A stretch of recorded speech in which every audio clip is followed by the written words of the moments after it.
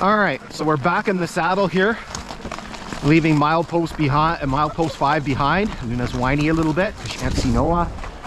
Get the bus going here. I feel like a bus driver towing the dog.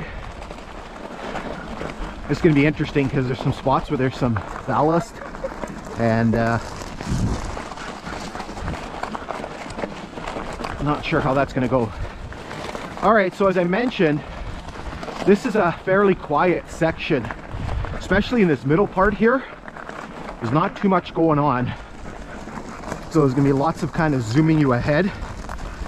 We do have a stop coming up in a little bit, so you can, I'll zoom you ahead to that, and you can enjoy the all the grass and stuff growing on the grade, and I'm gonna enjoy the nice little breeze here.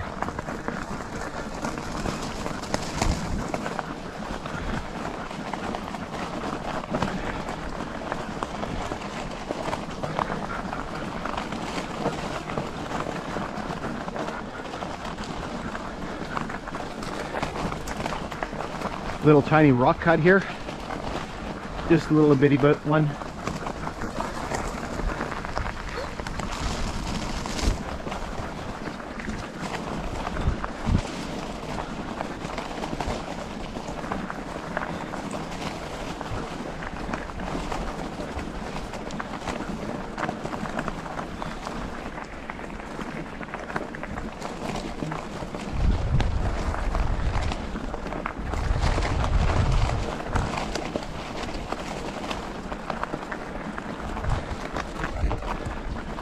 All right, so we've got two things kind of happening here.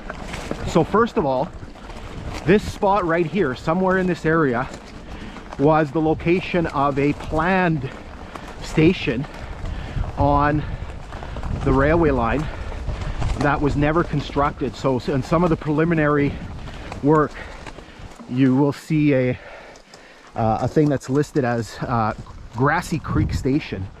Now, unfortunately, it wasn't ever built, and there's a link to that in the description of the video you can take a look at. Now, the other thing that's here, and I need to pull out my cheat notes here,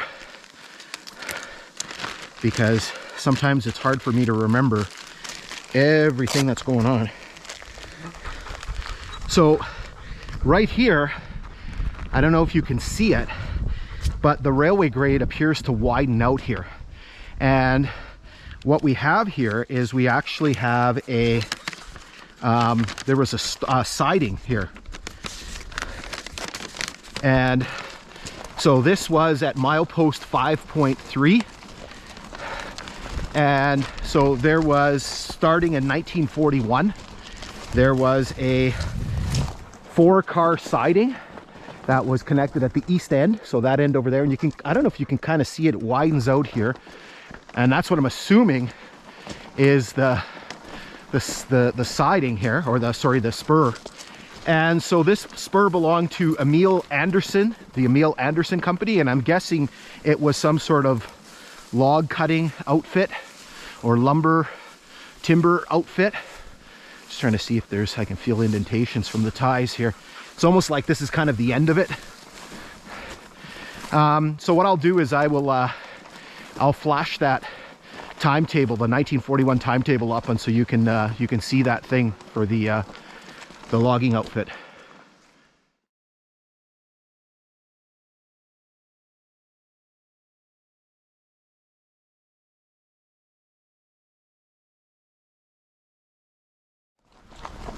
All right, so let's get the bus going here again.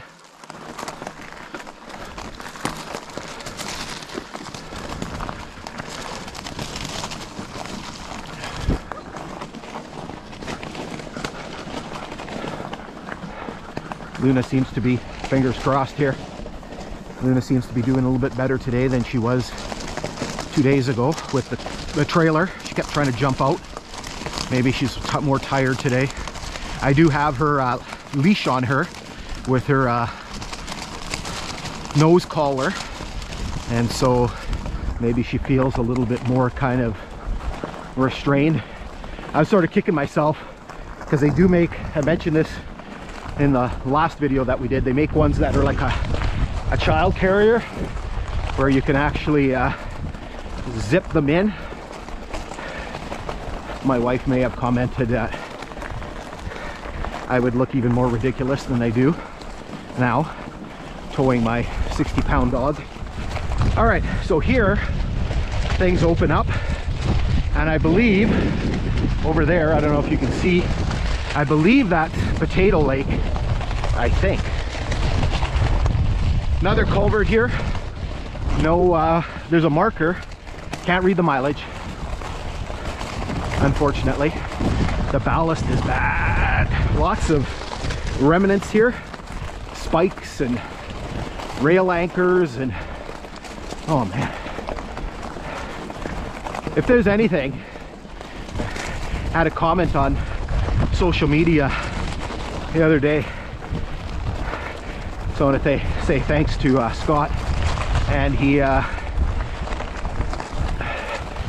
said that this is like not skipping leg day, and for sure. I almost forgot, kind of want to give a shout out to Brian. Brian kind of helped with the logisticals of the hike 2 days ago. So the one that we did on the other side of that road that we started the today's exploration on towards Longlac and today's. So many thanks to him for helping me out. Holy moly, this is bad.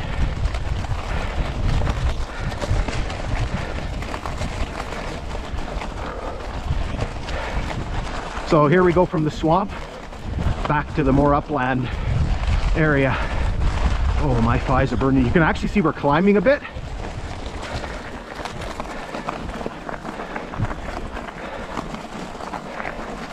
Okay, I'm gonna zip you ahead here a little bit.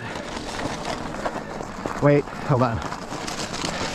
Oh, there's another culvert here, but no marker. You can see this was at one point a flooded area, probably beaver.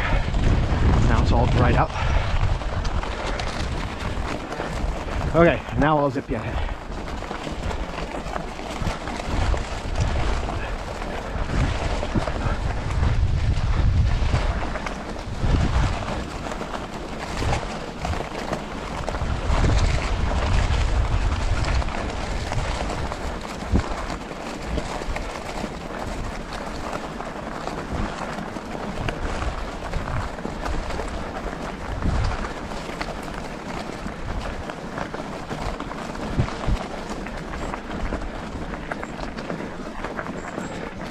So here we're into this section here. It looks like it's been sort of repaired a little bit. Ballast looks a little different. We are kind of approaching kind of a little bit of a swamp here. So you can see the ballast is a little bit different. So this section may have been repaired. There's supposed to be a culvert in here somewhere, but I didn't see the culvert, I didn't see the marker. And again, the ballast looks different, so may have been a little washout here at some point. So Noah's up there. So this is now milepost 6. Unfortunately, could not find the milepost 6 marker. If they did pull it down and throw it off to the side of the grade, there's no way you're finding it here. It is up there where Noah is. It's very grown in. I tried walking alongside the grade and seeing anything, but if it kind of went over the side a bit, tore into the ditch there, unless you step on it, you're never going to find it, because it is, you can see how grown in it is here.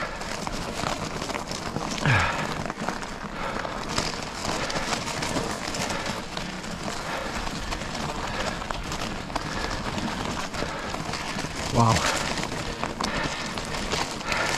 this is a workout and a half here. All right, so we're gonna get Noah to hold up here for a second. We're gonna pull in beside him. All right, so we're gonna stop here for a moment. I can catch my breath, and then we're going to resume our journey.